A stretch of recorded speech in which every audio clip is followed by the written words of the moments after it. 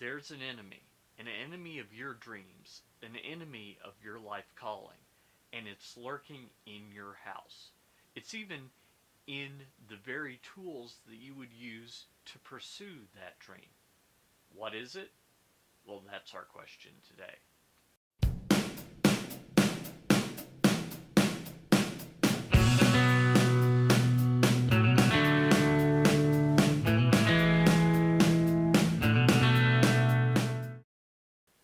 Hi, I'm Paul Allen Clifford with TrinityDigitalMedia.com, and I don't want it to sound alarmist. I don't want it to sound more than it is. But really, when you think about it, probably one of the largest distractions from people doing what they're meant to do is something that you probably interact with every day. Now, I'm a videographer, so I don't think that video is evil. I don't think television is evil. I'm an author, so I don't think books are evil. But I do think that too often people choose to be entertained as opposed to choosing to use some of their spare time to do what they're made to do. I've done this myself. I did it for years and years and years. Every year I said, okay, this year it's going to be different.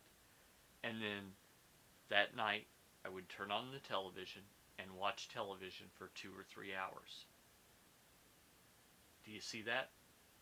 2 or 3 hours a day. What if I'd, instead of watching 2 or 3 hours of television a day, watched 1 or 2 hours a day? My wife really, really loves to read. In fact, our oldest daughter is reading a book that's like this thick. I mean, it's probably an inch and a half, 2 inches thick. Probably, it's a juvenile, but still, it's probably in the, I don't know, 100,000 word category. She's almost done. She's 7 chapters from done of this voluminous work, and that's fine. But there are other things that you're meant to do. Now, if you have a child that refuses to read, maybe what they should be doing is learning to appreciate the joy of reading. But you can err on the other side too. Reading can take over your life and keep you from doing what you're meant to be doing because you're just passively receiving. You're not creating, you're not making, you're not forming new things. Now, I don't mean that to say that video or the internet, which, by the way, lurks on the very tools that you use to pursue your dreams sometimes.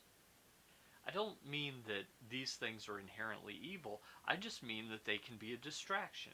And distractions are what keep us from pursuing our dreams, from going after what we're meant to do. So I want you to stop and think about what is distracting you. Now, some things are absolutely necessary. You absolutely need to eat. That's just the way it is. Sleep. You absolutely need to sleep. In fact, if you try and rob eating or sleeping, they can lower your productivity for other things. So I don't want you to think about those as distractions necessarily, unless you're sleeping 12 hours a day every day. Then maybe you need to talk to a doctor about that. If you're always eating something, maybe you need to figure out what's going on with that, because maybe that is in itself a distraction from what you're meant to be doing. But other than the things you absolutely need to be doing, what are the things that you can cut down? Now, another thing that I don't want you to hear me saying is I don't want you to hear me saying, get rid of all distractions. I don't think that's a good plan either. I think that distractions help us deal with certain things that go on in our lives. So if you have an issue where you're having a hard time at work, by all means, take a half an hour, take an hour, take two. if you've got a spare 3 or 4 or 5, take 2 and distract yourself for a while. But with the other time, plan on taking a step, a small step. You might remember I'm a huge advocate of small steps. Take a small step towards reaching your dream. I don't care what it is, but just break down the entire whole into one small step.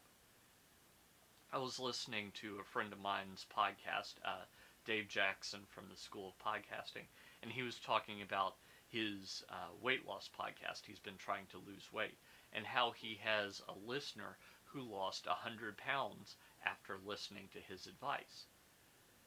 He pointed out what she did was she didn't plan to lose 100 pounds. She planned to lose 10. And she didn't plan to lose 10 in a day. She planned to lose 10 over a month or so.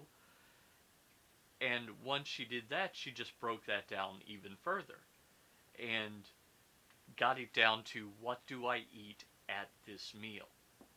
I've got some spare time. What do I do with that spare time? Those are the kinds of questions you need to be asking yourself. What's the next right little step I need to be taking?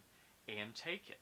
So, if you've got some time, do you really need to watch the news? Do you really need to watch the show that's only moderately entertaining to you?